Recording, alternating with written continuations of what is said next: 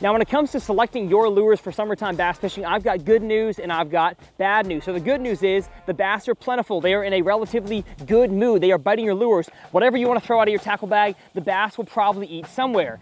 But what's the bad news? The bad news is that everybody else also knows that, so the bass are seeing more lures than ever before. And due to the increased fishing pressure on this side and the fact that it is hot, hot, hot almost everywhere you go, the fishing can be tough. So in this video, I'm gonna give you my formula for no matter where I'm fishing, in a pond, a river, or a lake, on selecting the proper lures for the time of day and the body of water you're fishing to make sure you maximize your fishing time and catch more bass. My name's Tyler, and let's talk about it. Another giant, another giant.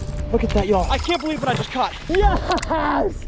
Well, what's going on, folks? Welcome back to TRF. Hopefully y'all are having a good summer of fishing, and if not, this video will help remind you or teach you what lures to throw to catch more bass, because that's what this channel is all about. This channel is also funded by some awesome companies that I've worked with for years and years, the first of which being Amphibia Eyegear. If you're in need of some awesome polarized sunglasses that float, I could throw them in the water if I could reach the lake from here, and I've got a 20 or 25% discount on these sunglasses. I will have them linked down below. If y'all are in need, check them out. And as we're going to talk about and show in this video, bank fishing is something I love to do, and I could not do what I do without Evolution Fishing. They make some awesome tackle bags, tackle boxes. I love the fact that this bag here, the largemouth bag, keeps 4 of my boxes stacked horizontally. They're an awesome company, and I've got a discount code for them as well. So enough sponsor plugs. Let's talk about the first step in my formula for catching bass this summer, because it's not always a no-brainer. And what I mean when I say that it's not always a no-brainer is that a lot of anglers are just not educated in the fact that in the summertime, the bass are not always active and catchable up shallow, which is, at least for most bank fishermen,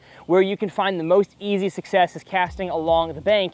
When that sun gets up, I'm talking about most of the country, maybe up north is different, but at least from like Kansas south or Iowa south, you know what, for that matter, everywhere, the shallow bite does not stay good all day long. And so the number one thing I'm gonna say for my formula of time to go and where to throw and what lures to select, the morning bite is absolutely critical. So this morning, I got up at 5:15 in the morning to get to the pond you're gonna see in this video. Did I want to do that? Absolutely not. I was exhausted, but if I wanna make sure I get a good bite on the first lure category I'm gonna talk about, you've got to get up early. There's no ifs, ands, or buts about it. And so leading into our first lure category for the summer, I'm gonna talk about topwater, and I feel like a broken record, but especially the topwater frog. The two main types being topwater hollow belly and kind of your buzz toad, gurgle toad sort of thing. Most of the time though, I'm throwing a popping frog or a normal frog, depending on the vegetation type. You're gonna hear me talk about that here in length at the pond we fish. And the reason I'm throwing a topwater frog the majority of the time is because a lot of our ponds and lakes, by the time the dog days of summer rolls around, I've talked about this in my early summer and springtime, but especially now, the filamentous algae and other kinds of vegetation growth, both really good, juicy looking and the nasty looking stuff, it's basically grown to the fullest extent it will all year. And so if you want to get any kind of good cast in without bringing in snot grass on every cast, you're going to have to throw a topwater frog. And I don't know who doesn't want to catch one on a topwater. And so that's what I said, getting up early in the morning is extra crucial, and throwing topwater is the best way to take advantage of that time of the day. Now, can you throw other lures during the sunrise portion? Absolutely.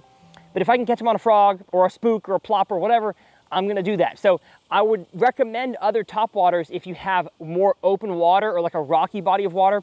But if you fish around ponds and lakes that have tons of grass like I do, the topwater frog cannot be beat. If you don't have confidence with it, or you feel like I don't have the skills to throw a frog, that is absolutely not true. Anybody can catch fish on a topwater frog. You just have to have the right gear to do it, and the right mindset, and of course, the right location. There's a lot of rights to have. But here on my channel, I have some awesome frog masterclass videos. So if you use the YouTube search bar to search Tyler's Real Fishing Frog, you will find tons and tons of videos. Now here in a second, I'm gonna take you guys to a pond that I fished this morning using the exact same formula of my lure selection as I'm gonna go through in this video. And so let's hop out to that pond and catch the fish on the topwater frog.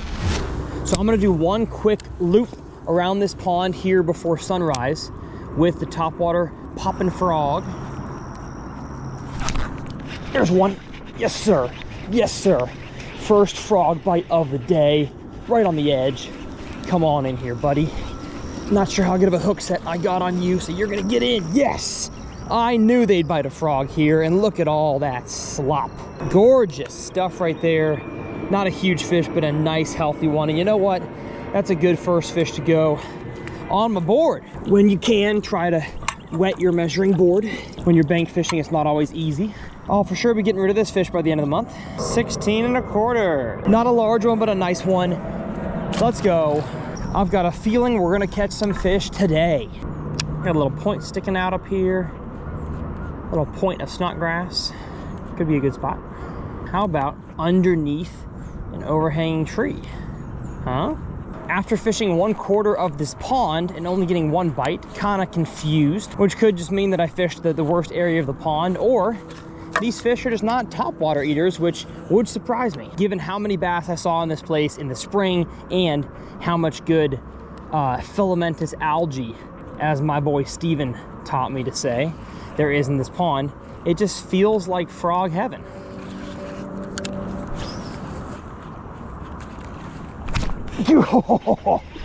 That was fun. That was fun. Yes, sir. Got him in open water. Goodness. You're a little bit better tournament fish. Look at that. Hooks in the roof of the mouth. Oh, had to give that one time to turn back around before I set the hook. I like that one.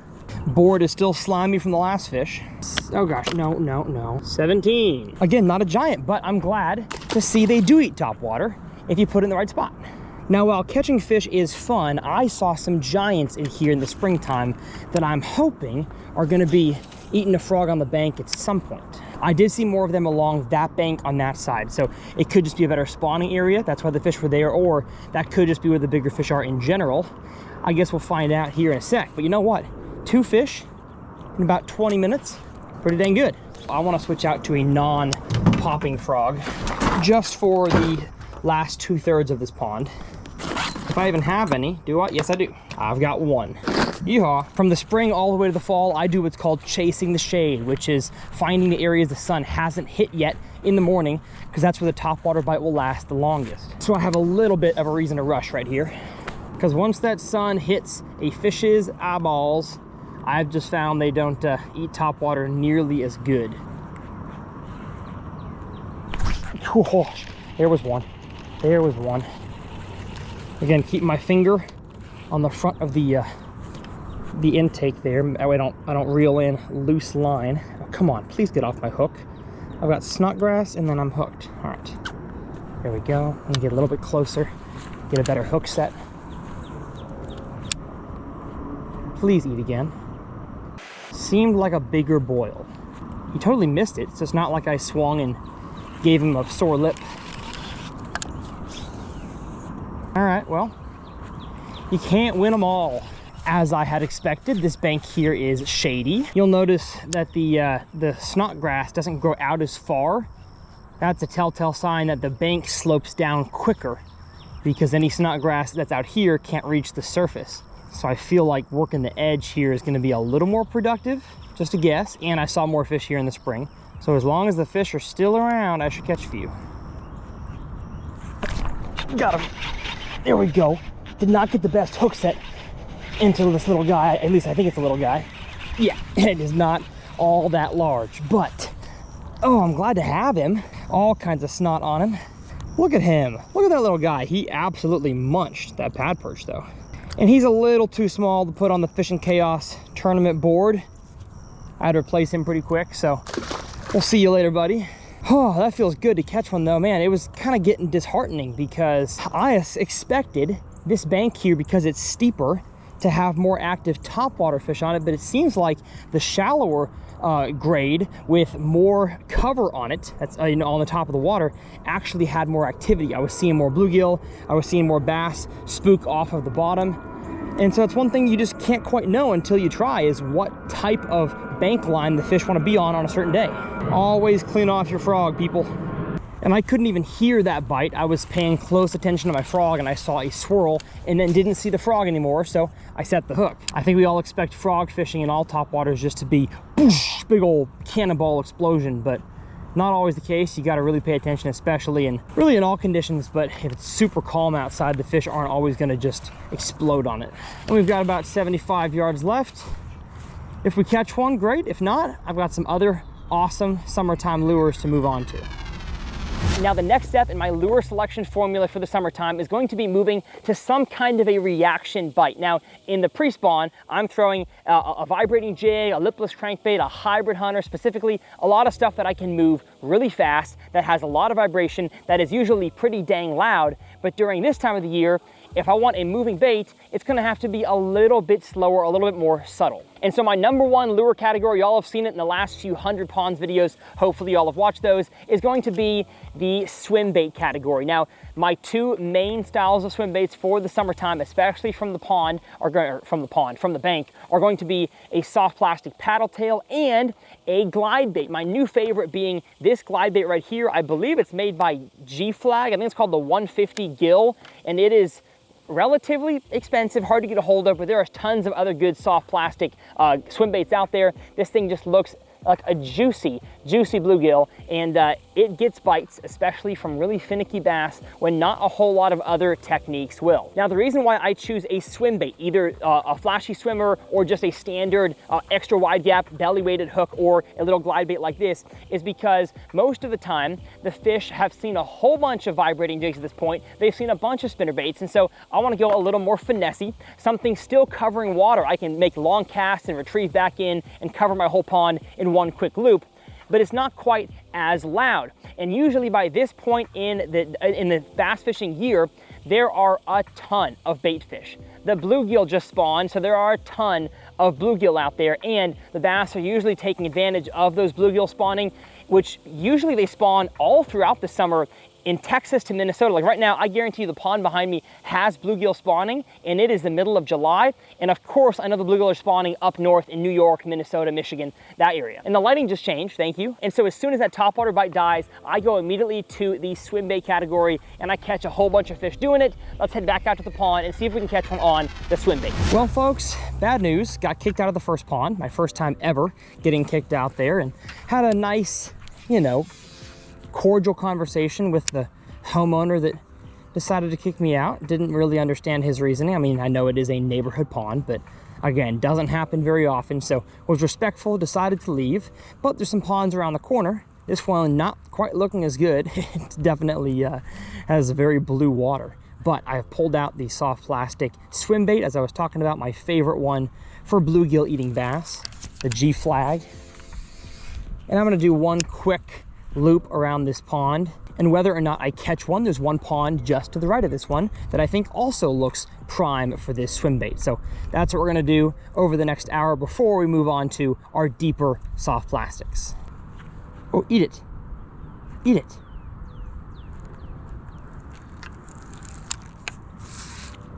There are two bass right here. Oh gosh, he ate it. He ate it and missed it. Dang it. Oh man, now my treble hook's messed up.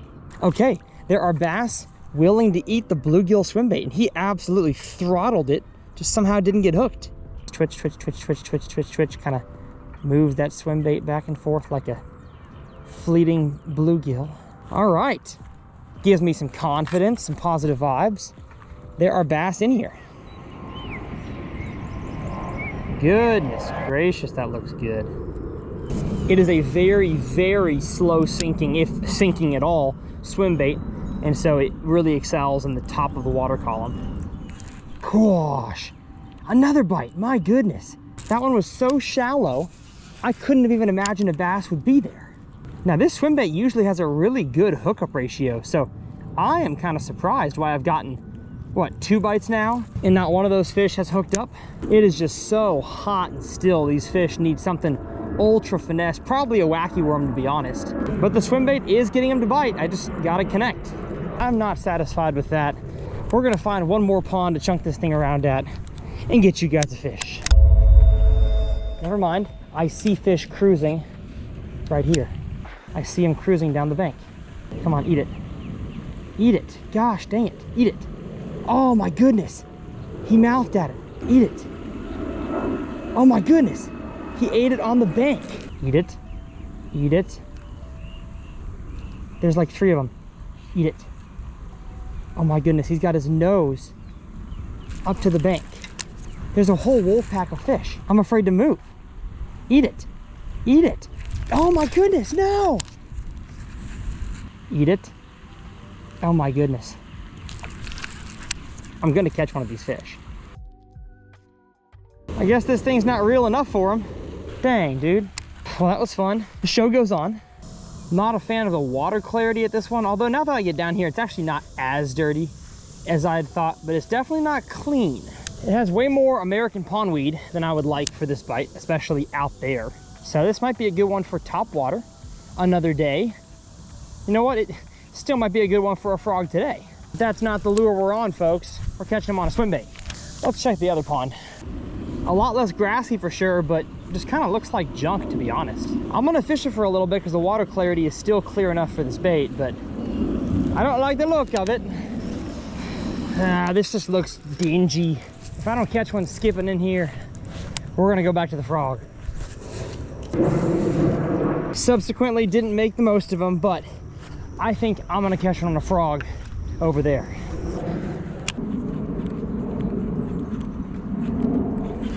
Well, gosh dang it. Really shows you how good that first pond was that I show up and catch several fish back to back to back. And it's a bummer that the angry homeowner is on that one and not any of the other ones. But you know what? I did prove my point that the swim bait is not always an easy bite, but it does tend to generate them when other things won't in a hot summertime conditions when it's very, very calm. So with that said, let's get to our last category, back at the park. Now, by this point in your fishing day, it is probably starting to get really stinking hot. At least on my fishing day today that I'm filming, by like 9:30, I was already sweating my you-know-what off. And so it is time in my, again, flow chart of summer lure selection to go with what I just call a slow moving bottom contact bait. So it could be a jig, could be a big worm, it could be a drop shot or a shaky head, it could be a wacky worm.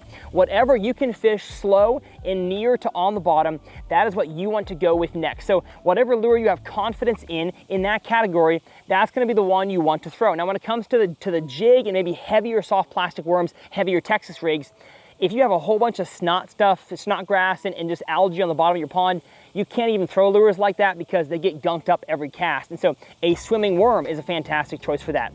But my personal favorite, and it's quickly becoming even more of my personal favorite in both lakes and ponds, past that 9 a.m. window all the way until sunset, is going to be the drop shot.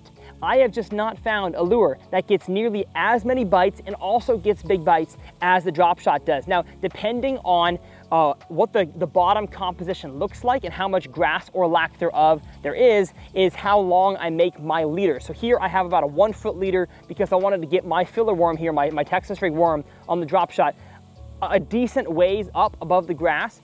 But I was fishing a pond, you'll see a fish catch here in a second, that didn't really have any grass on the bottom, and so I threw like a 6 to 8 inch leader, and if it is really, really tall grass, I'll throw like up to a 2 foot leader. Again, the whole goal is to have the weight sit on the bottom and your drop shot worm up in the column. Now, I don't throw, if you watch my drop shot masterclass video, I don't throw the traditional drop shot baits. So the half shell, the whatever, like the shad shaped type worms, what's the Berkeley one they make, the flat nose minnow. I don't throw those types of soft plastics where I live because I don't have that many smallmouth where I live, especially in ponds like we have behind me. So for the most part, I'm throwing a soft plastic worm, this here being a finesse worm. It's a 6 inch and it's very, very thin, has a lot of salt in it, and it's a Strike King filler worm. There's a lot of different brands out there, but I love this worm right here. And of course, with all this tackle, I will have them linked down in the video description. So again, my flow, early morning, get out there. Don't care how early it is, get on the water.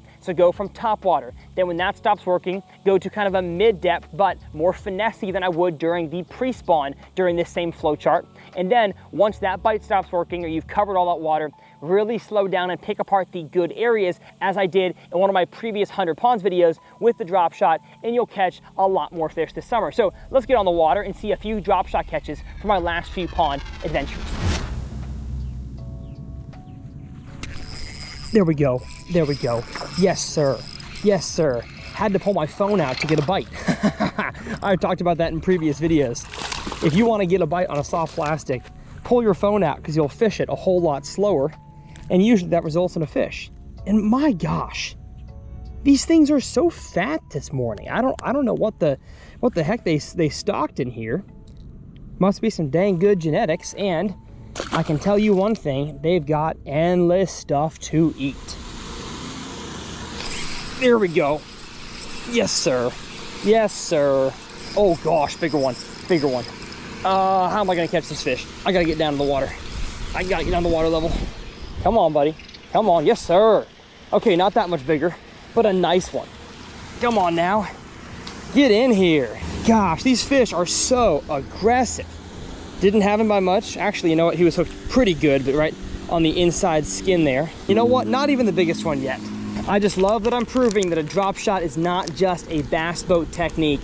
It works great in ponds as well. And I mean, I made 15 or 20 casts to that area before I caught one. So you just, if you know an area has bass around it, I know there's grass out there, I know it probably has fish, just make repetitive casts, be patient, especially the summertime season. Once that shallow bite dies, as it did pretty quickly here in this pond, you gotta slow down and be okay with slowing down. And if y'all know me, I'm not okay with that all the time, but I kind of have to be if I want to have successful ponds here in the summer.